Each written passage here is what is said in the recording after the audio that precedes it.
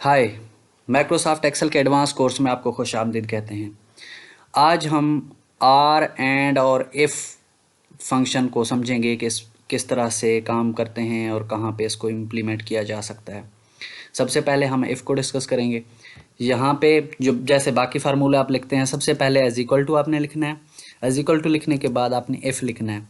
If लिखने के बाद यहाँ पे देखें नीचे इफ़ का ऑप्शन आ गया, आपने टैब का बटन प्रेस करना है। टैब का बटन प्रेस करने के बाद वो कह रहा है यहाँ पे देखें लॉजिकल टेस्ट। लॉजिकल टेस्ट हम क्या दे रहे हैं? लॉजिकल टेस्ट हम ये दे रहे हैं कि ये जो सेल है इसको सिलेक्ट करेंगे, ये greater than or equal to, हम ये कह रहे हैं कि ये जो सेल है, मतलब ये जो इस बॉक्स के अंदर जो नंबर है वो हो बड़ा हो। अगर ये साइन देंगे तो ये बड़ा है, और दूसरा अगर ये साइन देंगे इसका मतलब होता है छोटा है। ठीक है, इसका मतलब छोटा है, और वो जो पहले साइन दिया था उसका मतलब बड़ा है। यहाँ पे एज इक्वल टू अगर हम नहीं लिखेंगे तो ये जो नंबर होगा ना, जो आगे कंडीशन देंगे, मैं दे रहा हूँ सपोज यहाँ पे 100, मैं यहाँ पे 100 कंडीशन उसको दे रहा हूँ। मैं उसको ये कह रहा हूँ कि ये जो नंबर, अगर अगर ये नंबर 135 बड़ा हो इस बॉक्स के अंदर, जो भी नंबर होगा, ये नहीं है यहाँ पे नीचे भी नंबर दिए हुए हैं, मैं उसको ये कह रहा हूँ कि जो भी नंबर हो यहाँ पे वो बड़ा हो 100 से। अगर बड़ा होगा तो उसके अंदर यही वाला 100 काउंट नहीं होगा, 100 से बड़ा काउंट होगा। अगर मैं एज इक्वल टू भी साथ में डाल दूंगा तो इसका मतलब 100 भी उसके अंदर शामिल है। तो यहाँ पे आपने कामा डालना है। कामा डालने के बाद मैं यहाँ पे लिख देता हूँ, पहला आपने लिखना है कि अगर ये कंडीशन ठीक हो तो आपने क्या करना है। मैं लिख देता हूँ पास। दोबारा आपने यहाँ पे आके कामा डालना है। कामा डालने के बाद अगर ये कंडीशन ठीक ना हो तो ये क्या करे, उसके लिए आपने जो भी आप लिखना चाहते हैं, जो भी आपका मैसेज होगा या जो भी आप करना चाहते हैं वो आप यहाँ पे लिख दें। मैं यहाँ पे ब्रैकेट डाल के तो इंटर कर देना चाहता हूँ। यहाँ पे उसने पास कर दिया, क्योंकि ये जो नंबर है 135 ये 100 से ऊपर का है। यहाँ पे मैं इसको यहाँ पे अप्लाई कर देता हूँ सबके ऊपर। यहाँ देखें 135 100 से ऊपर का है तो ये पास है। ये 78 ये 100 से कम वाला है, फेल है। 117 ये पास है। 94 ये फेल है। 100 का भी एजिकल टू भी हमने डाला था, इसलिए उसने इसको पास कर दिया। तो इस तरह से आप किसी भी उसके ऊपर, टेबल के ऊपर इफ फंक्शन लगा सकते हैं। अब हम यहाँ पे डिस्कस करेंगे कि एंड वैल्यू किस तरह लगाया जा सकता है। यहाँ पे हम लिखेंगे एज इक्वल टू, सबसे पहले जो भी फार्मूला होगा एज इक्वल टू आपने लिखना है। उसके बाद मैं लिखता हूँ कि ये जो वैल्यू है, ये वाला, सॉरी, सबसे पहले आपने क्या करना है, सबसे पहले आपने लिखना है इफ़ आ गया, टैब का बटन प्रेस करना है।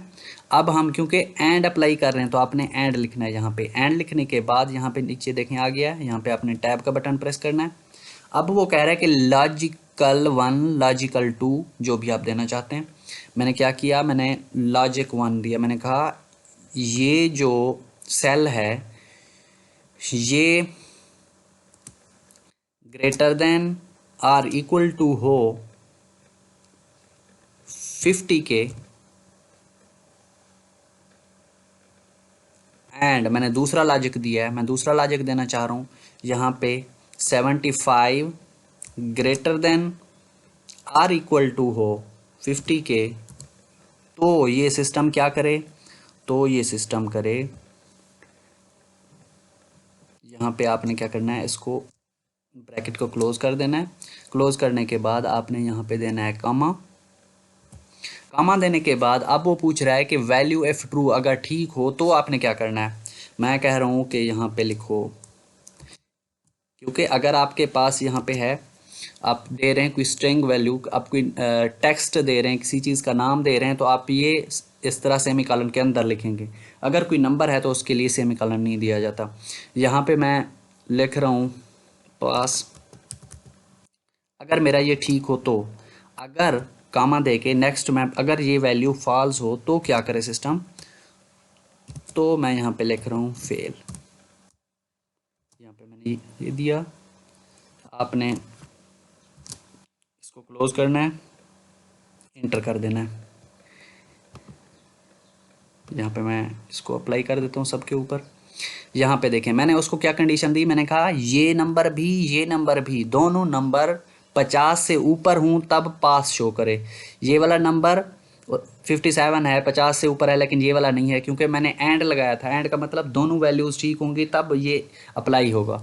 यहाँ पे देखें 78 है लेकिन ये 39 है, 45 है 49 है, फेल है, 37 है 63 है, हालांकि ये 50 से ऊपर है लेकिन ये कम है, इस वजह से उसने फेल कर दिया है।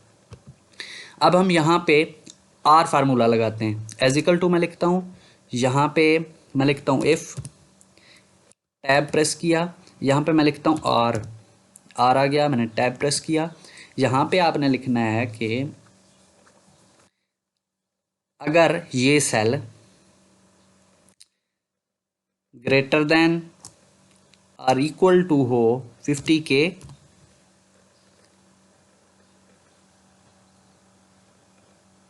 या नेक्स्ट आर्गुमेंट हम क्या देते हैं, नेक्स्ट लॉजिक हम क्या देते हैं, ये value greater than or equal to हो 50 के, तो सिस्टम क्या करे। अब मैं यहाँ पे कामा लगाता हूँ। अब अगर ये ठीक हो तो क्या करे सिस्टम, यहाँ पे सेमीकोलन लगाना है, पास लिखना है, यहाँ पे कामा देना है, फिर आपने लिखना है सेमीकोलन, फिर फेल यहाँ पे, और उस ब्रैकेट को क्लोज कर देना है जिसको आपने ओपन किया हुआ है, आपने इंटर प्रेस कर देना है। अब मैंने क्या कहा, मैंने कहा 60 70, अगर एक नंबर भी 50 या 50 से ऊपर हो तो यहाँ पे पास कर दें, बाकियों को फेल कर दें। यहाँ पे अप्लाई करके देखते हैं क्या हुआ है। यहाँ पे देखें 57 है 21 है, इनमें से एक 50 से ऊपर वाला है, पास कर दिया। यहाँ पे 78 है 39 है, एक 50 से ऊपर वाला है, पास कर दिया। 45 है 49 है, दोनों 50 से नीचे वाले हैं तो इस वजह से उसने फेल कर दिया। 37 है 63 है, एक ऊपर है एक नीचे है, पास कर दिया। तो आर एंड इन दोनों में ये फ़र्क है कि एंड के टाइम पे ये दोनों वैल्यूज़ का ठीक होना ज़रूरी है। आर के अंदर अगर एक वैल्यू भी ठीक हो, जब आप क्वेश्चन पेपर आपको दिया जाता था तो वहाँ पे आपको 3 सवाल दिए जाते थे। पहले लिखा जाता था नीचे आर, फिर यहाँ पे नीचे क्वेश्चन दिया जाता था। उनमें से उसका मतलब ये था कि या आप ऊपर वाले को करें या आप नीचे वाले को करें, आपकी मर्ज़ी है इनमें से एक करना है। यहाँ पे भी वही होगा, अगर एंड लगेगा तो सारे करने हैं, दोनों करने हैं जितने उनके दरमियान भी क्वेश्चंस के दरमियान एंड लगा हुआ है। अगर आर लगा हुआ है तो उनमें से एक करना है आपने। उम्मीद है ये सारी चीज़ें आपको समझ आ गई होंगी। मेरा मकसद लॉजिक आपको समझाना था, बाकी आप जैसे सिनेरियो में इसको इम्प्लीमेंट करना चाहते हैं आपकी मर्ज़ी है। अगर किसी का कोई क्वेश्चन है तो कमेंट्स बॉक्स में ज़रूर पूछें, मैं आंसर करने की कोशिश करूँगा। Thank you so much.